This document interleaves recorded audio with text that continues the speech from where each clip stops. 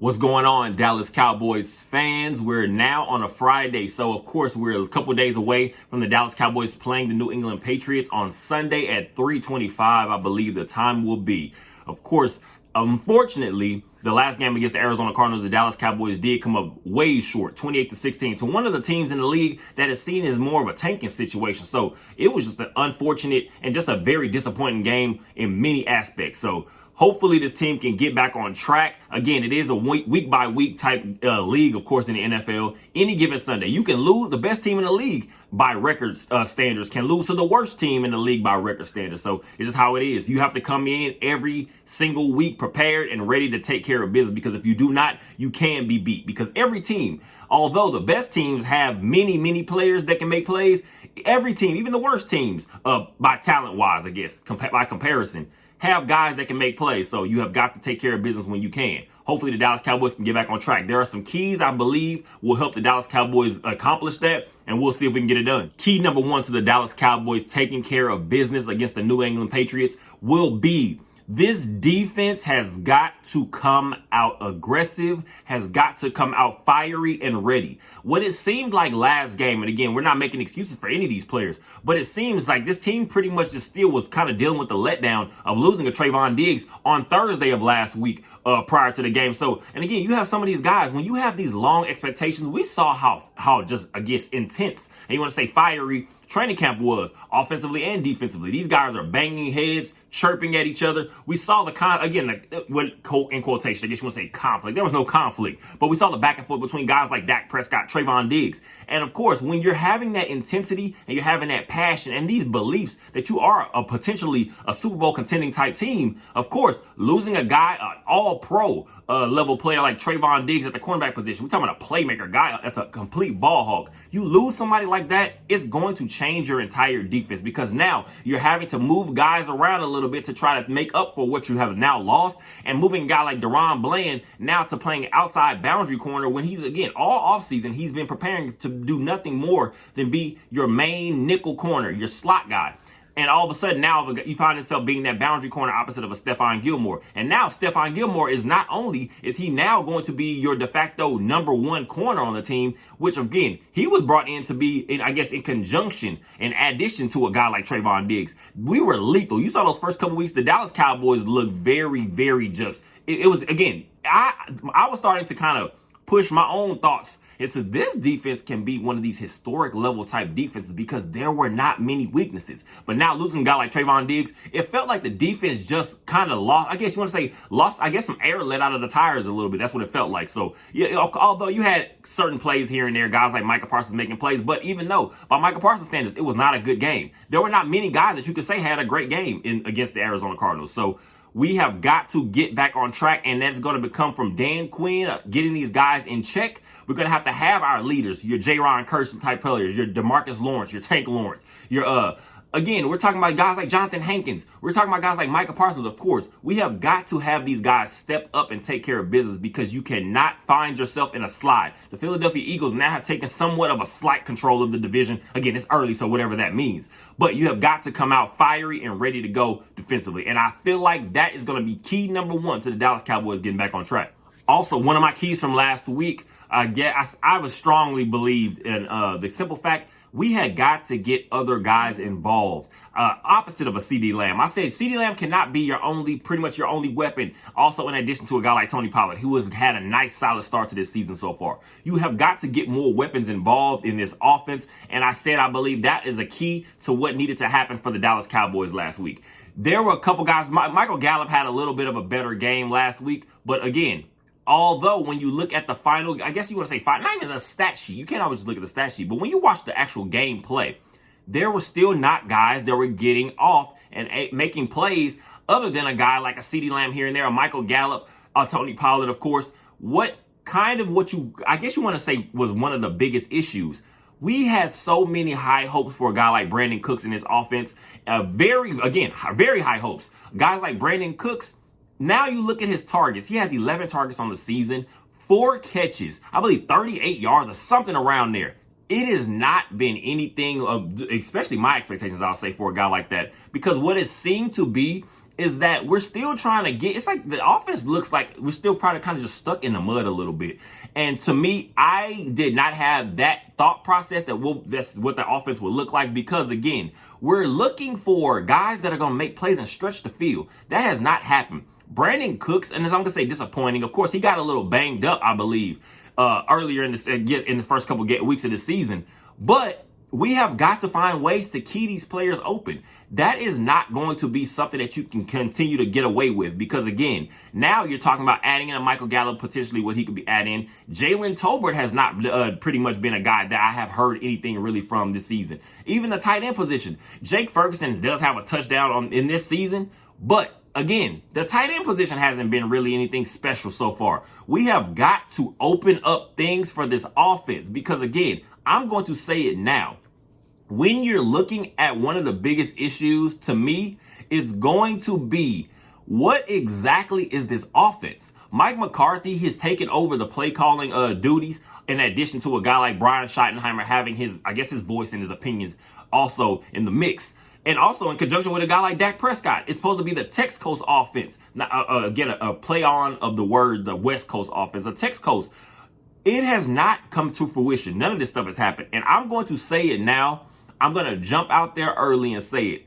Mike McCarthy is going to start to lose a lot of this fan base if this offense does not open things up a little bit more. It looks very conservative. And to me, it sounds fine and well when you have games that your defense is playing well in, and you can kind of stay on schedule. You don't want to rock the boat a little too much, and you can kind of sometimes coast to an easy win just by not doing too much. But I don't feel like you can consistently do that week in, week out. This is not the early 2000s. This is not the 90s, the 80s, where you can play this slow me down football all game long, because so many times you can have a great defense and you're still going to give up about 16 to 20 points just any given Sunday, because again, it's the wide open, it's the most, I guess you want to say the most wide open era of the NFL. You have many spread offenses. You have guys, and again, it's just the tempo of the way the guys are running plays. Look at Miami Dolphins, put up 70 points, and they had a chance to break the record to score 73 if they would not have just kneeled it out and let the clock run out. We're talking about guys putting up 70 points in the NFL. That is insane. And again, it's not even necessarily that teams are putting up 70 points regularly every week, but teams will be able to score. We're talking about 30, 40 consistently. This is what the league is, the NFL is. So you cannot be in this super conservative, slow down offense as your mainstay. Now, I'm cool with that being your main, I guess your idea, your game plan coming into every week, but as soon as the games actually start, adjustments have to happen. Mike McCarthy has got to open up this offense. We cannot have guys like Brandon Cooks, again, brought here to be a real playmaker opposite of a guy like CeeDee Lamb. He has not been able to show that, because again, if you're watching the routes being run, so much of this offense just feels like it's in I guess you want to say in a phone booth. It's just so small. There are not many deep shots able to be taken. And if we are going to be able to take these shots, we're going to have to come out there with some intention and do that. So Mike McCarthy has got to open this offense up. We have got to get other guys involved. We have not seen much from a guy like Deuce Vaughn. To me, I'm going to say a lot of these red zone woes. We have got to get guys like Hunter Lepke involved, because again, I feel like that's a guy that you're going to be able to come in there and kind of take over that role of a guy like Ezekiel Elliott, what kind of was for us, especially I'm going to say more so last season, where he's your red zone, I guess, bulldozer, come in there and get these easy touchdowns on the 2, 3, 4 yard line. Because the closer we get, the Dallas Cowboys, we have not had many issues, it seems, even dinking and dumping. That's been fine, kind of getting down the field. But once we get to the red zone, now everything shrinks. The defense has a smaller space to have to cover and protect. And all of a sudden, now you're seeing these 3, 4, 5, 6 yard routes, and everybody's running on top of each other. It seems there were a couple drives in the last game against the Arizona Cardinals. It seems as soon as we got to the end zone, close to the end zone, you're watching a lot of these routes, and you're looking at CeeDee Lamb, you're looking at the tight ends, you're looking at all these guys. It looks like they're running routes close to the same area. There's no way you're going to tell me everybody's running the wrong routes. Sometimes I feel like this offense is going to be able to just kind of, like I said, go along with the slow, conservative paced offense and speed and tempo. But I don't feel like that's something that's going to be, I want to say productive enough for us to be able to do consistently with no adjustments if need be. So Mike McCarthy has got to open it up. He has to, because again, last thing he wants to lose, and I'm sure, is this fan base's confidence in him just as a play caller. And simple enough, we're obviously going to have to go to the obvious. It's kind of adding on to the last, what I believe is one of the strongest keys to the Dallas Cowboys getting back on track against the New England Patriots. Red zone efficiency. I am so tired of kind of again, we're talking about guys getting down to the red zone.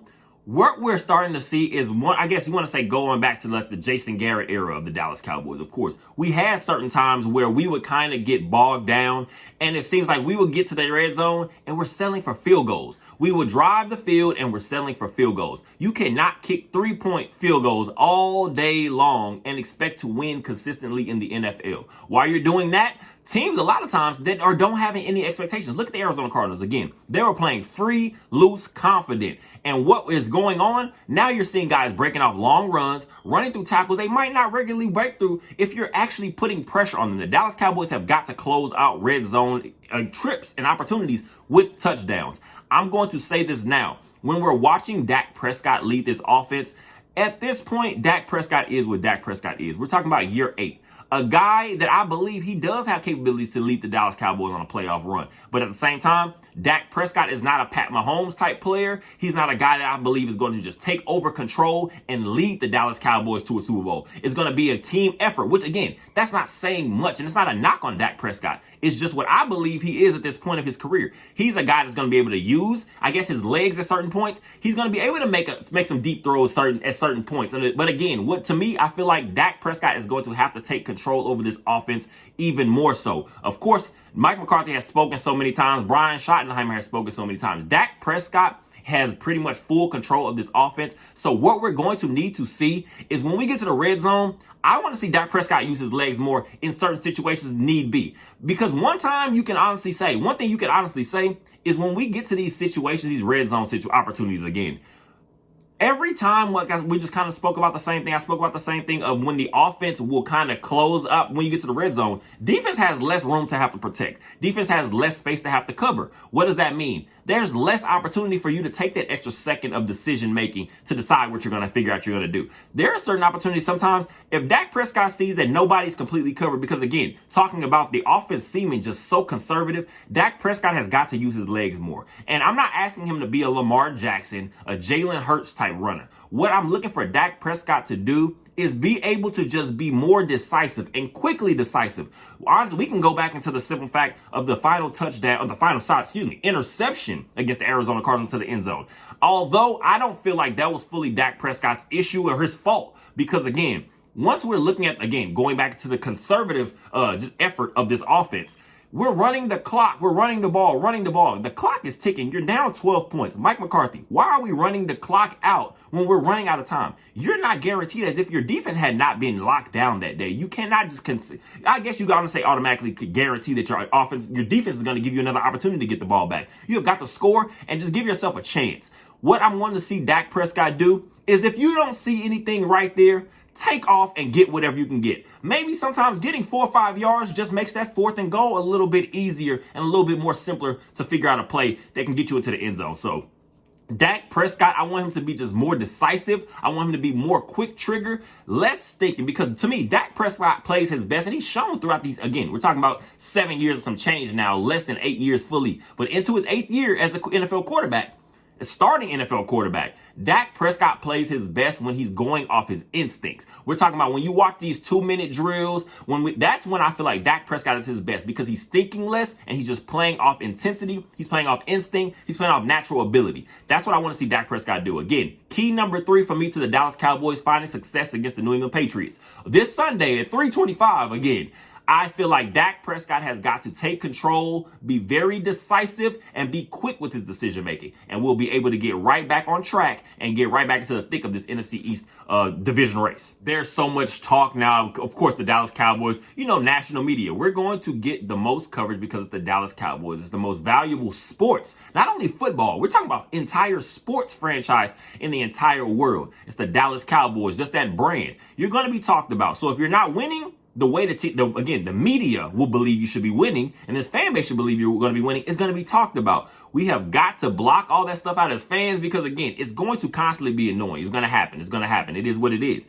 Hopefully the team, I'm sure a lot of these guys, they might hear things in passing. Hopefully they're not, focused too much on what the outside guys are saying, because again, these voices are going to constantly just be piling on the Dallas Cowboys. They have got to pretty much lock in, get back to what we do best. That's playing defense. That's getting back to what Dan Quinn, his philosophy is. Playing intensely and playing with just aggression and quick decisiveness. And especially going on offense, like I said, open this thing up, Mike McCarthy. We do not want to see this bogged down offense where you have these playmakers and you're not opening up the game for them. Let's talk about CeeDee Lamb still having 0 touchdowns in this season. Week 3, finishing up, and CeeDee Lamb having no touchdown passes, I guess receiving touchdowns. That says a lot to me because, again, although he is getting his numbers here and there, I want to see more schematic scheming, playmaking for guys like this because, again, we get to the red zone. One thing I will always say, and going back to the simple fact, we're talking about the Jason Garrett era, Kellen Moore calling plays, things like that.